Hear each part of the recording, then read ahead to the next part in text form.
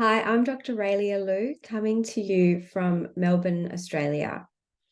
I'm recording on the lands of the Wurundjeri people, who I acknowledge as traditional owners, and I would also like to pay my respects to their elders, past, present, and emerging, and Aboriginal elders of other communities who may be here today. My talk today is on how egg freezing is going to change the future of fertility. I'd like to acknowledge in giving this talk particularly the slides in relation to some of our own research that I'll be presenting later, the Eggsurance Working Party, and particularly my PhD student, Shireen Sandhu, who has been the real driver behind a lot of the research that we've done together, and who prepared some of the slides that I will present to you today. So why are we talking about egg freezing? Fundamentally, I think it's fair to say that reproduction is sexist. The biology of the ovary is very different to the biology of the testis, in that women have a finite resource of oocytes or eggs that are best in our teenage years and early 20s. Beyond the age of 30, eggs start to fatigue, and beyond 35, egg numbers and egg quality rapidly decline in parallel. We know that 50% of women attempting to have a baby over 40 will not be able to do so using their own autologous oocytes. We have developed various tools like the AMH and antral follicle count to advise women where their ovary sits on the spectrum of normal. But we know that these tests are not a test of fecundity or natural fertility. They can guide us to counsel women about egg freezing or IVF as to how many oocytes we might be able to procure for a woman in a single cycle of controlled superovulation with the aim of extracting oocytes for clinical use. An often asked question is, when is the best age to freeze your eggs? The biological answer is as young as possible, because what goes into the freezer inevitably is what comes out. And what we see is an improved potential for making babies with younger eggs. We also see the more eggs you freeze, the more likely you are to be able to have a baby using your eggs, and the higher probability that you will be able to have more than one child using eggs that you have in storage. So what should a woman do? Should we all freeze our eggs when we're in our early 20s? Or should we take a chance and wait and see approach? For many women, elective egg freezing is a very smart, accessible, and reasonable option to consider to give them the best chance of achieving the number of children they ultimately would like to in their lifetime. The argument for consideration of egg freezing is very strong. A woman may be at an age where fertility decline is around the corner or already a concern. She may feel strongly that she has always wanted to be a mother. It may be a deal breaker for her if she's not in a relationship. She may feel that a genetic connection to her child is an important element for her of motherhood, or her definition of motherhood. And she may simply wish to maximize her future choices and avoid future regret. So the scientific question comes down to, can we put our money where our mouths are? Do frozen eggs actually make babies? And a lot of studies have come out in the last few years that are so reassuring on this point. This study is one published in 2018 by Cobo et al. In Human Reproduction, showing that women who were freezing eggs at that time had a mean age of about 37, We saw that 81% of the 5,289 patients in this study had oocytes vitrified at an age greater than 35 years, so older than ideal. We saw that during the study period, 12% of women came back to use their eggs. We saw oocyte survival was very, very good in this excellent laboratory, and that their clinical pregnancy rate per embryo transfer was 50%. Ongoing pregnancy rate per embryo transfer was closer to 40%, and 115 live births occurred during the study period for women in this study. A concern with studies of egg freezing at any given time point is that more women may come and use their frozen eggs than have up to the point that a study was conducted. So a lot of these studies will probably underestimate the utilization of egg freezing for elective purposes. But what we saw was a meaningful number of women returned to use their eggs and successfully managed to have a meaningful number of babies that might never have come into the world had they not chosen to pursue elective oocyte cryopreservation.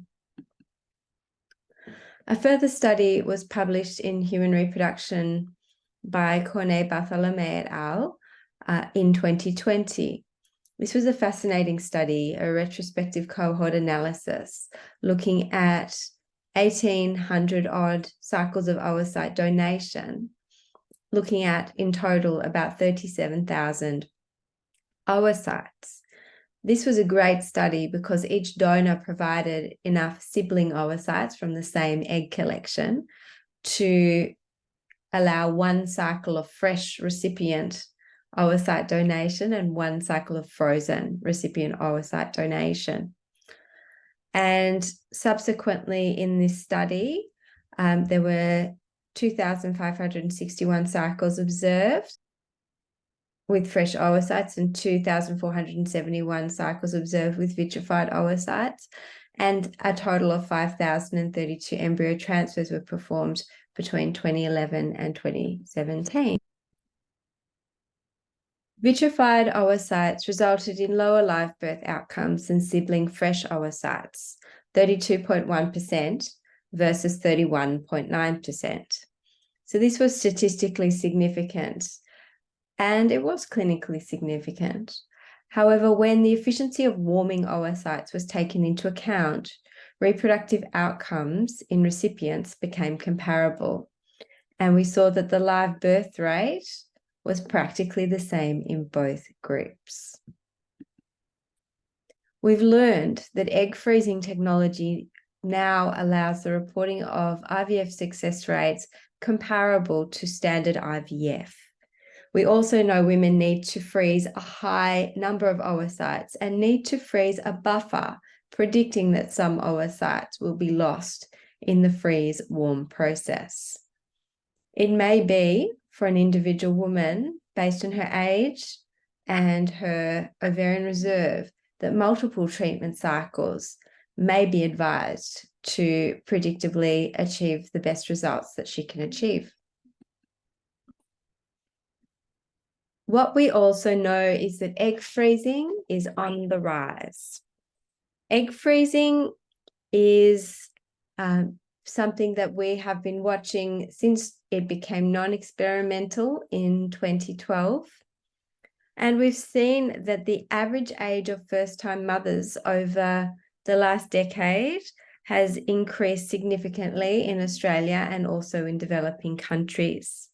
Many women are trying to conceive when fertility has already declined, and awareness of and access to egg freezing has increased over the last decade by between 300% and 400%. Egg freezing has become quite a popular option for women seeking to preserve their fertility. And this trend has been global. One thing that is for sure is that elective egg freezing is a complicated decision, and women give it a lot of thought, on average taking 2 years to decide whether or not to freeze their eggs.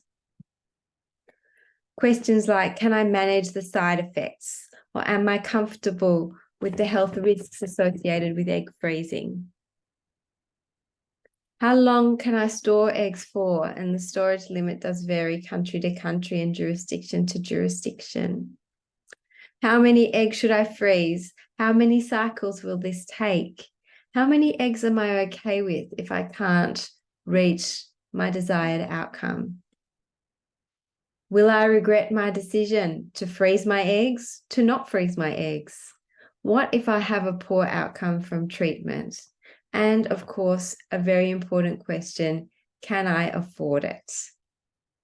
What if I don't meet my reproductive goals? What if I don't use my frozen eggs? What will I do with them? And what we see is that women are combating these complex issues with a limited amount of information and a limited amount of support.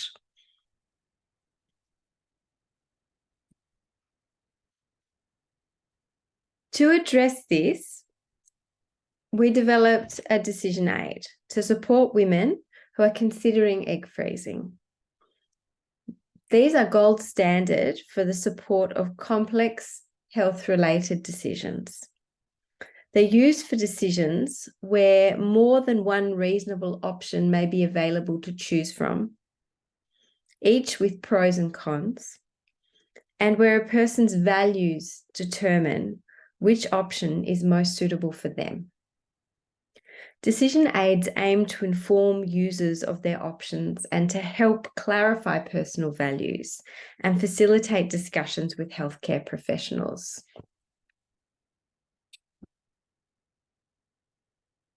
We conducted a single-blind, two-armed, parallel RCT to evaluate our decision aid.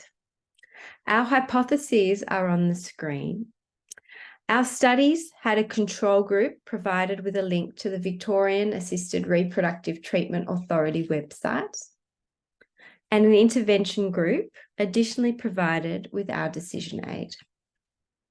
We had surveys at baseline, 6 months and 12-month time points post-randomization. And overall, we expected women who received the decision aid to have lower decisional conflict. Our secondary hypotheses are also on the screen. And in summary, we expected women who had received the decision aid to have more knowledge and less regret, irrespective of the decision they ultimately made. We launched the study coming out of lockdown in September 2020. Most of our participants came through newsletters, social media, and Google advertising. Few had come through fertility clinics, and this reflects the impact in Melbourne, Victoria, in Australia, where we conducted our study of COVID-19 lockdowns and restrictions in in-person clinic attendance. Our participants had similar baseline characteristics balanced in both groups. Our participants had, on average, an age of 30 years, which was very interesting and younger than women who historically have frozen their eggs. In terms of our cohort of women interested in egg freezing and wanting to know more, 40% were in a relationship and were not single, as egg freezers are characteristically considered to be. Both of these factors could reflect a difference between women who are thinking about freezing their eggs and considering it versus women who ultimately proceed. We also had overrepresentation in our survey of women who, and in our RCT, of women who had health education, either medical or health-related professions. This may reflect our recruitment strategies and our branding, but it could also be that women in these professions are more health literate and may be more aware of egg freezing and considering the timing of parenthood challenges in career progression in the health field, it may not be surprising that women were interested in participating in our study. We also noted that more than 50% of the women in our study reported an annual income greater than $90,000 per year. So the women who were thinking about egg freezing were of a higher socioeconomic status than the majority of Australian women. Decisional conflict was our primary outcome. This is a state of uncertainty felt when choosing a health-related course of action. For example, to freeze your eggs or not to freeze your eggs. This graph shows the mean decisional conflict score per time point for the control and intervention group. We saw that mean decisional conflict scores reduced over time for both groups. However, the reduction was significantly greater for the intervention group, which was what we wanted to see. Our conclusion was that women who received our decision aid had lower decisional conflict and felt more prepared to make their decision about elective egg freezing. Future directions of our research group will be to follow our participants for a longer period of time and also evaluate the impact of our published decision aid in women who seek elective egg freezing information in a fertility clinic setting. We'll be looking at implementing and disseminating our decision aid, adapting it for an Australian but also for an international audience. So how is egg freezing going to change the future of fertility for women? Our starting point was that biological fertility is really sexist. Men can make sperm from puberty until the day they die, whereas women have a limited window for natural reproduction. We know that reproductive inequality is a very large component of sexual inequality, and sexual equality requires better reproductive equality. We also know that women wish to have reproductive autonomy, not just in contraception, but also in when they wish to become pregnant. Will elective egg freezing reach the status of mainstream normalised healthcare with better access equity? This would require a significant amount of health system investment and acknowledging the rights of women to control reproduction and access reproductive technology as a human right. And we come back to the point that we've seen in studies and in our observed reality that there will be a significant number of women who choose to freeze their eggs who never come back to use them. Will egg donation become more normalised, completing that circle of hope where women who have frozen their eggs might become egg donors for women who need a donor egg, a resource that is precious and scarce and difficult to come by. I'd like to again acknowledge the team that I work with closely to develop the decision aid. I think it has been an amazing project and hopefully one that has sparked your interest.